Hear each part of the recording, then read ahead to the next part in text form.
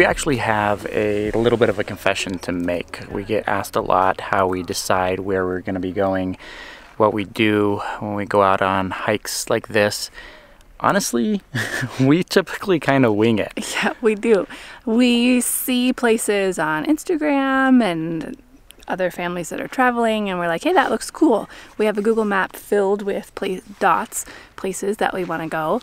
We kind of plan our path that way, but then when we get there, especially at the national parks, we just show up at the visitor center, get a map, and ask a ranger for some ideas. Well, one of the reasons for that too is because we have new places to go every single week. If we were doing research all the time, all we would be doing is actually researching without actually going out and visiting anything. So we're pretty much fine just winging it as we go, but sometimes it's nice to have a little bit of preparation. That didn't happen today. We saw some great pictures of Zion National Park. Not Zion, Joshua Tree. And so we're here, we're exploring, and we're going to figure it out along the way. Yeah, we don't really know what to expect, and that's kind of fun. It's part of the adventure.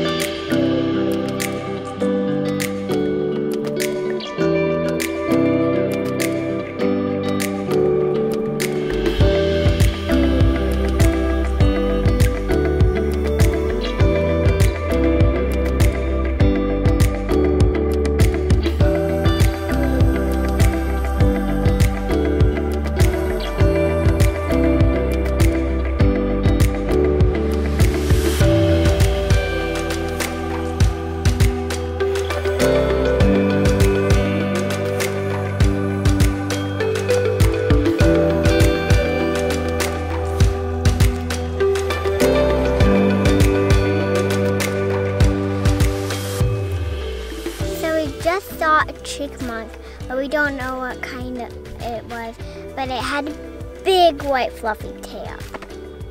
You find some holes? Yeah. And they go on twisty up there. And I think it comes out of this hole. Does it make an echo inside of it? Uh-huh.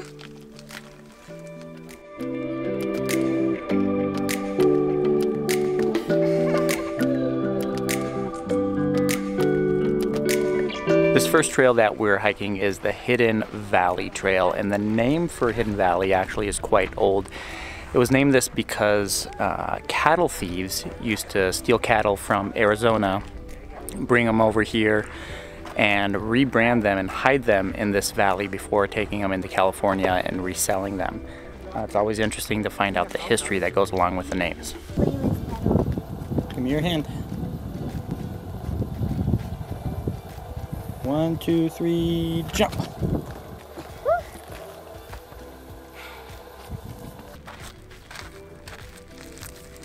Was that a fun climb for those rocks? I went like all around to the top. Are you a professional rock climber now? I don't think so. I need to climb like Mount Everest. You need to climb Mount Everest before you can be a professional rock climber? Yeah. I don't think so. Yes, I do.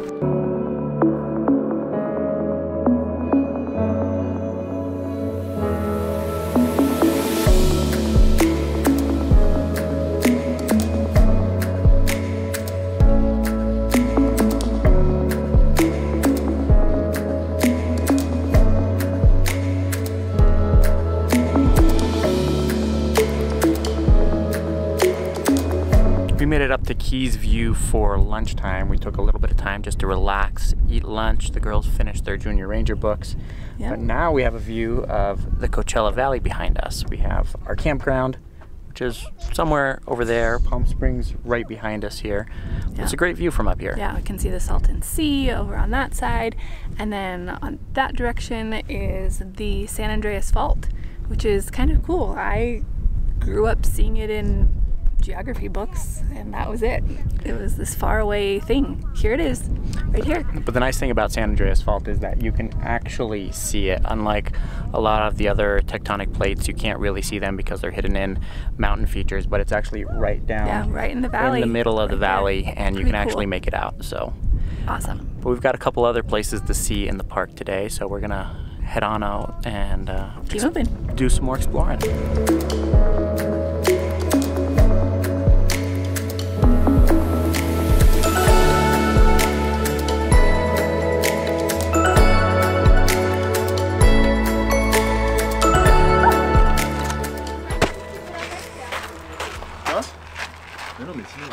The girls are really enjoying hiking and climbing all the rocks. Skull Rock. What's the name of this one? Skull Rock. Skull Rock. Trying to get to the eye socket? Yeah, but we can't.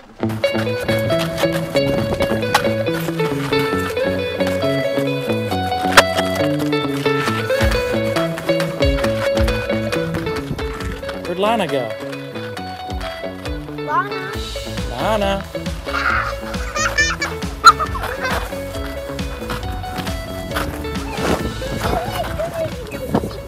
I think this is a dead end. I don't think so. Where are you gonna go? Up here.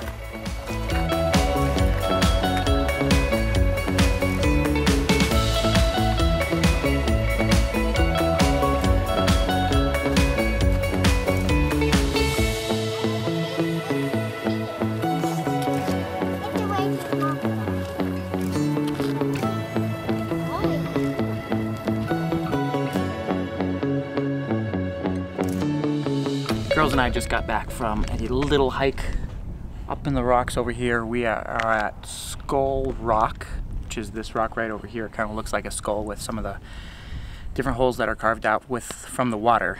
But if you're looking for a place to just explore the rocks here and just do a little bit of climbing, this was a lot of fun. That's gonna do it for Joshua Tree. Just a quick day trip in.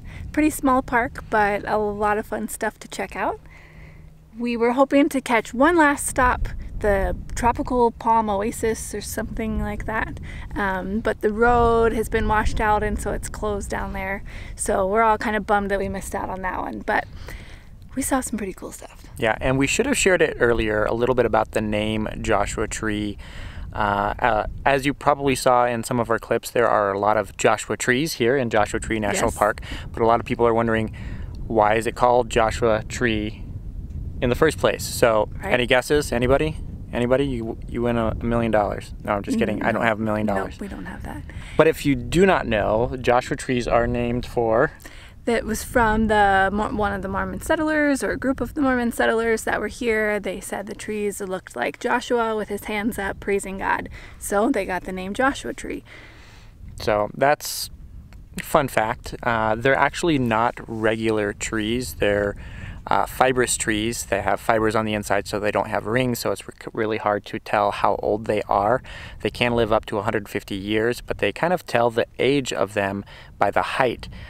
They say once they've reached a certain height, then from there they grow about 1.5 inches every year. And so some of the oldest ones here in the park range from 20 to 40 feet high, but most of them are probably about 15 to 20. We saw only 1 or 2 that were actually over 30 feet, but it's kind of nice to see the good variation in there. So. And they are not down here in the Colorado desert. They are only up in the, what was that one? No, we're in the Mojave Desert right now. The Colorado Desert is the high desert, so they're only in the high desert. Yes, Colorado's high, Mojave's low. Okay. So there's actually 2 desert areas within the national park, so you actually kind of see different vegetation at the different elevations. Where we are now, there's more cacti and some palm trees, which we can't see.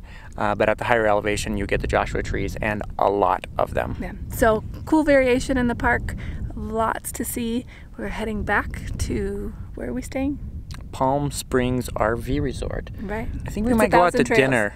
There's a lot of good restaurants in the area, and we haven't had good food in a while. Palm Springs, we got to eat somewhere swanky or something. Yeah, let's go. After visiting the park, we were too tired to go out again that night. So this is our last night in the Palm Springs area, and we came right downtown, check out some shops, get some dinner. We've got reservations in about an hour, so we're just gonna wander around and see what the town's all about.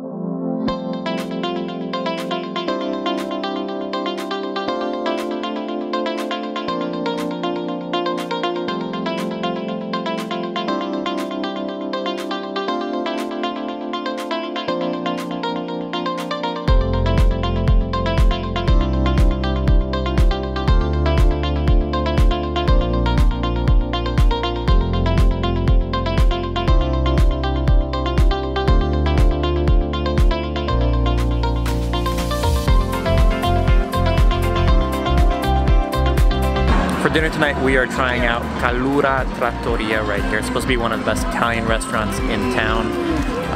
Google says it's got reviews about 4.5 to 5 stars, right around in there. But we'll see if it actually lives up to the Italian fare.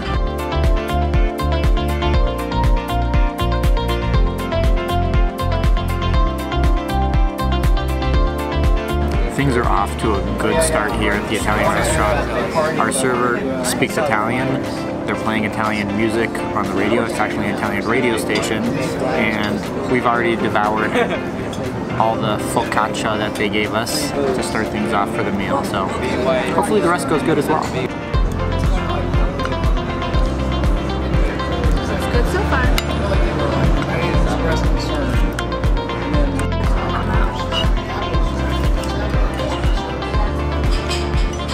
Like your pizza? You're gonna eat all of it?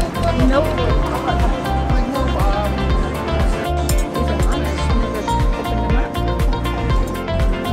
Hey, get away.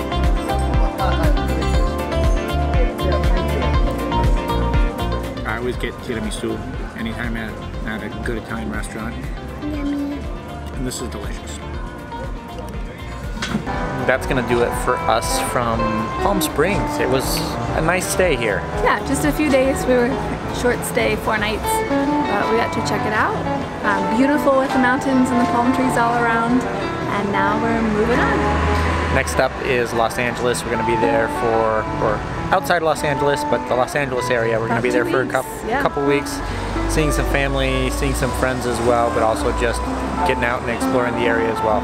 I've actually never been to the LA area, so. Yeah, our girls are excited to see Hollywood, so that's coming up. So, thank you guys so much for watching. If you enjoyed the video, please give it a thumbs up. And don't forget to subscribe if you want to see our other videos as well. Hope to see you on the road.